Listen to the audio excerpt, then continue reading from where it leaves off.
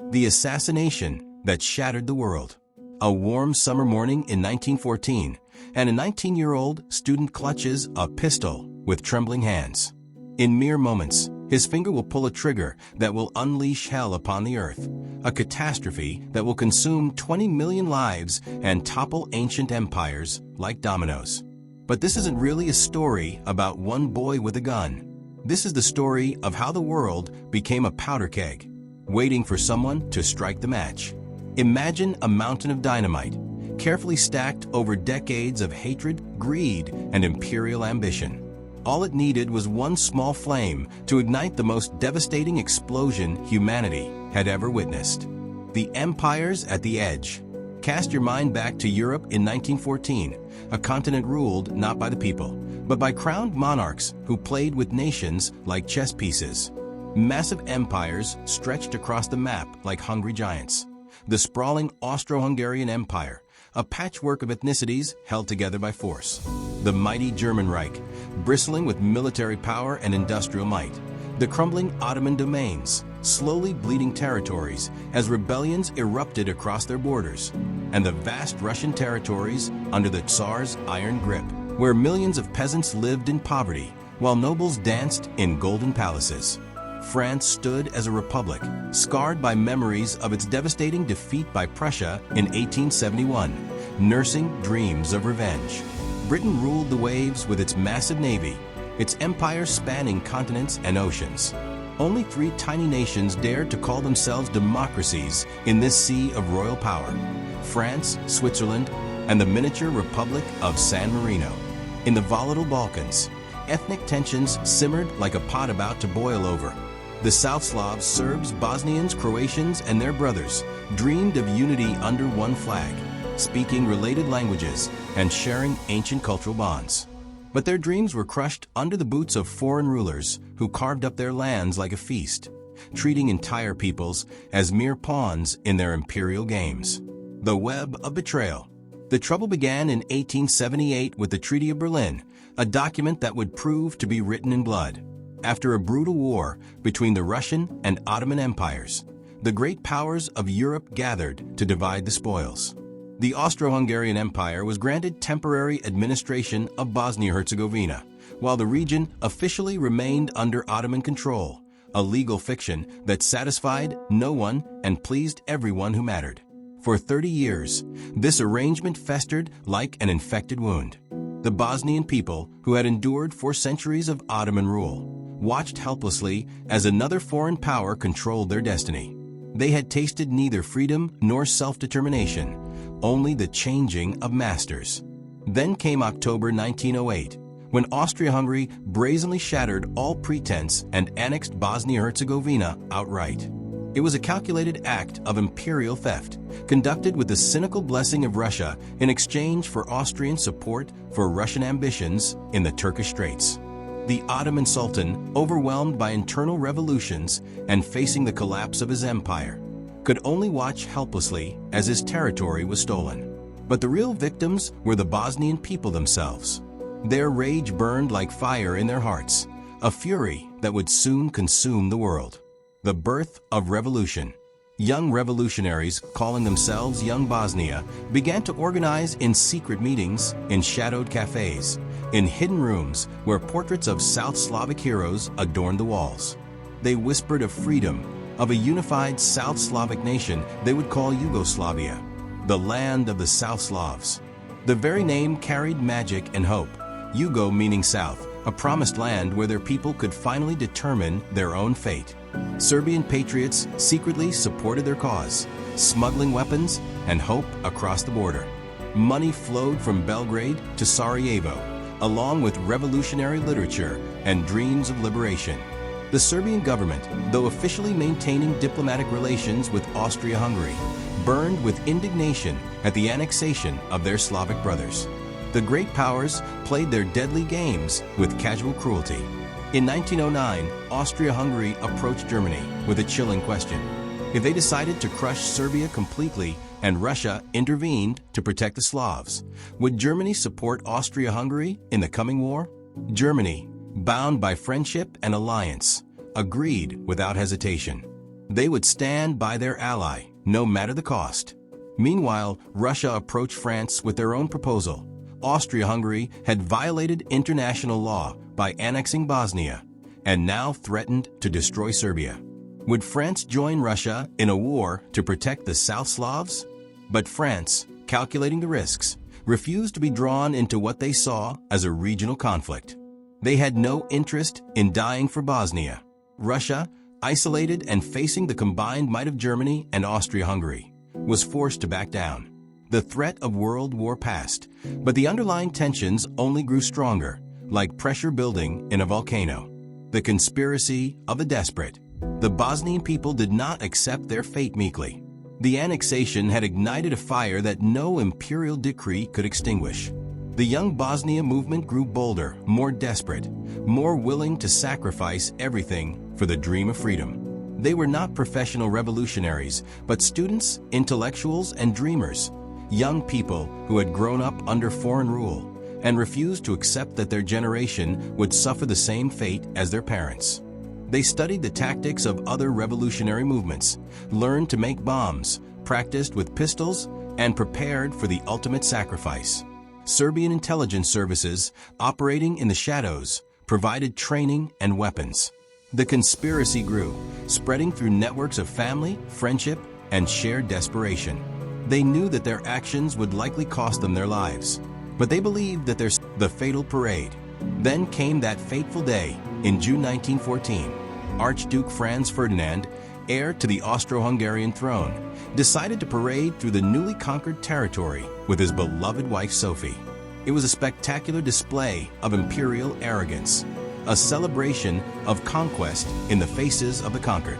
The royal couple would tour Sarajevo in an open car, surrounded by minimal security, confident in the power of their empire to protect them. But Franz Ferdinand was not merely a symbol of oppression. Ironically, he was perhaps the most liberal member of the Austrian royal family, a man who had actually proposed giving the South Slavs greater autonomy within the empire. His plan for a triple monarchy that would include a South Slavic kingdom alongside Austria and Hungary might have satisfied many of the revolutionaries' demands. Yet to the young conspirators, he remained the face of foreign rule, the heir to an empire that had stolen their homeland. They could not see past the uniform to the man beneath, could not imagine that his death might eliminate their best hope for peaceful reform. 6 young revolutionaries lay in wait along the route, their hearts pounding with deadly purpose. They had rehearsed this moment in their minds countless times, imagining how they would strike a blow for freedom that would echo through history. The first attempt came at 10:15 in the morning, when a revolutionary named Nedeljko Kabranovic hurled a bomb at the royal car. The explosive device bounced off the folded-back convertible roof and exploded in the street behind them, wounding 20 innocent bystanders, but leaving the royal couple unharmed. Ferdinand, shaken but unbroken, continued to his scheduled reception at the town hall. After the formal ceremonies, the royal couple made a fateful decision. Instead of returning to safety, they chose to visit the wounded in the hospital, a gesture of compassion that would seal their doom. But fate had other plans, and the hand of destiny moved in the most mundane way possible.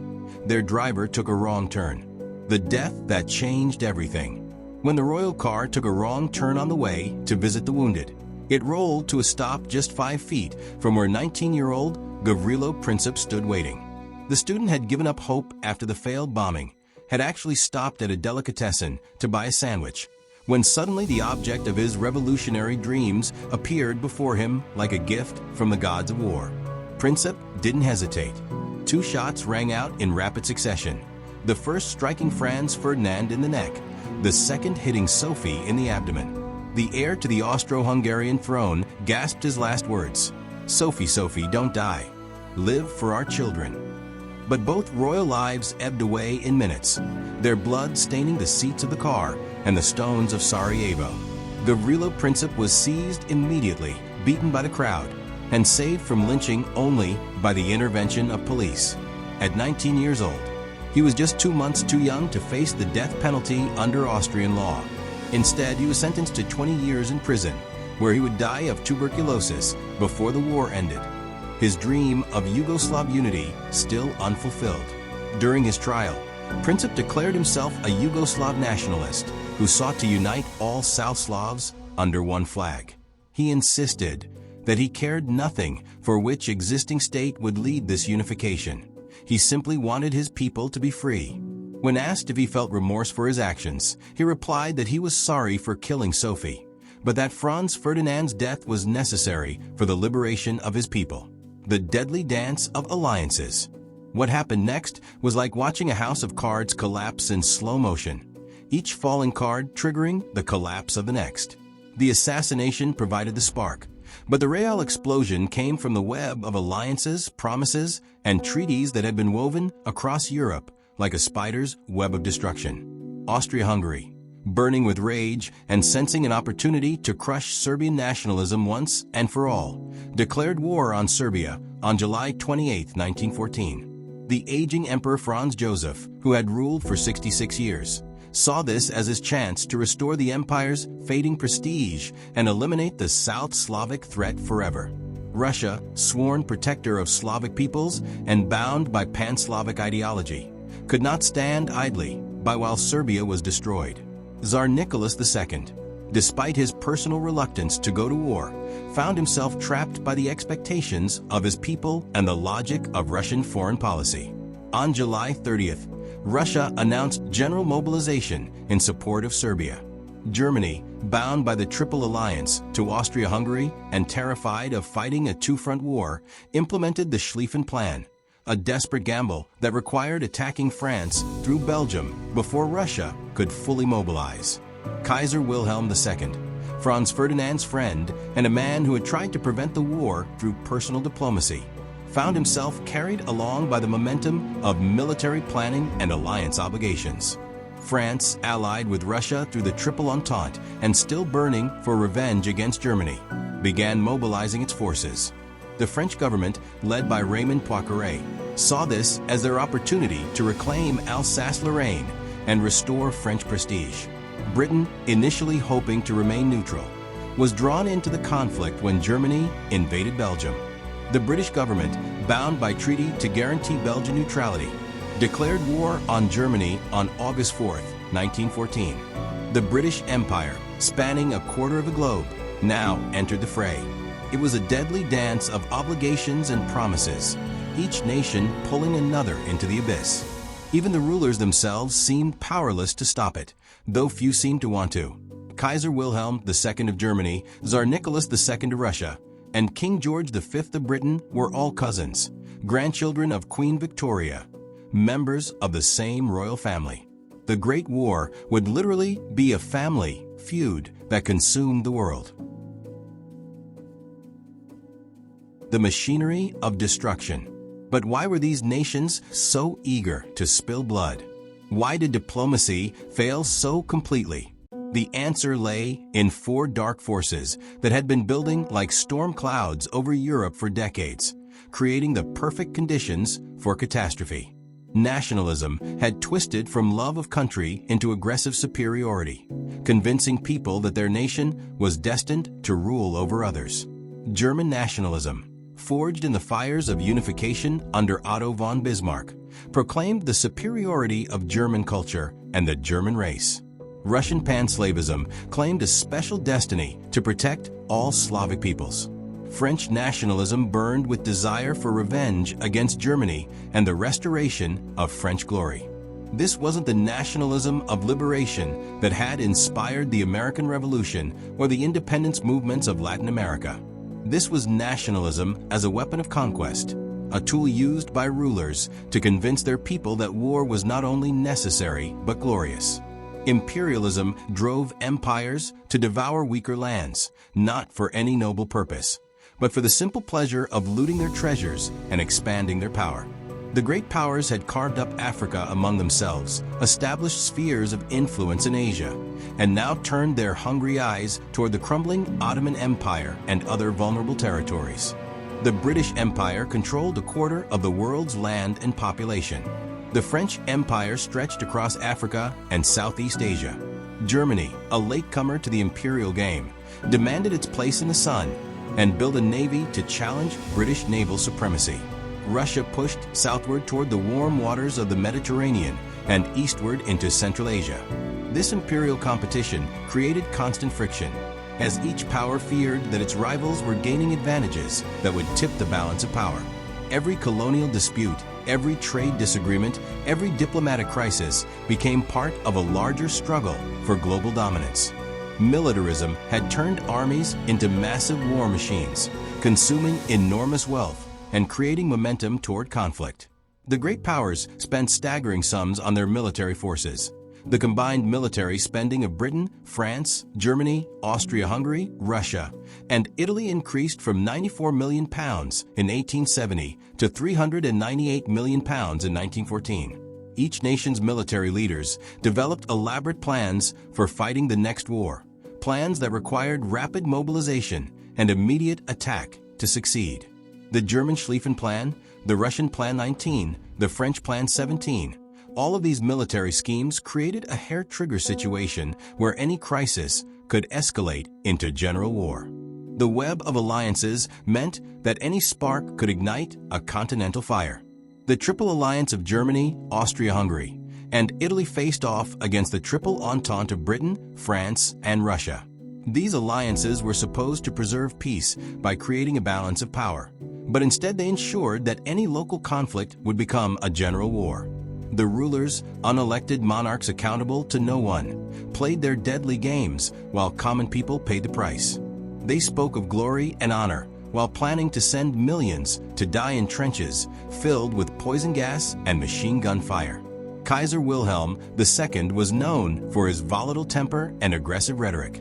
Tsar Nicholas II was a weak ruler overwhelmed by the responsibilities of empire. Emperor Franz Joseph was an old man clinging to the glories of a vanished age. These men, related by blood and marriage, educated in the same traditions of royal privilege, could not imagine that their decisions would unleash forces beyond their control. They thought war would be brief, decisive, and glorious, a chance to settle old scores and establish new hierarchies of power. The reluctant warriors. Yet not everyone was swept up in the war fever that gripped Europe in the summer of 1914. Many ordinary people saw through the propaganda that painted war as glorious adventure. Socialists across Europe had long preached international solidarity, arguing that workers of all nations had more in common with each other than with their own ruling classes. The German Social Democratic Party, the largest socialist party in Europe, had long opposed militarism and imperialism. Karl Liebknecht and Rosa Luxemburg would later lead the Spartacist uprising against the German government, arguing that the war was a conflict between capitalist powers that served no interest of the working class. In Britain, the Labour Party was divided on the war, with many members arguing that British workers had no quarrel with German workers. Keir Hardie, the party's leader, had long advocated for international arbitration of disputes and opposed the arms race that was bankrupting European nations. The Italian Socialist Party officially opposed the war, even as the Italian government eventually joined the conflict on the side of the Allies. In Russia, the Bolsheviks under Vladimir Lenin denounced the war as an imperialist conflict and called for the defeat of their own government. Religious leaders across Europe also opposed the war. Pope Benedict XV called the conflict the suicide of civilized Europe and worked tirelessly for peace. Protestant and Orthodox churches struggled with the contradiction between Christian teaching and nationalist fervor. Poets and intellectuals added their voices to the chorus of opposition.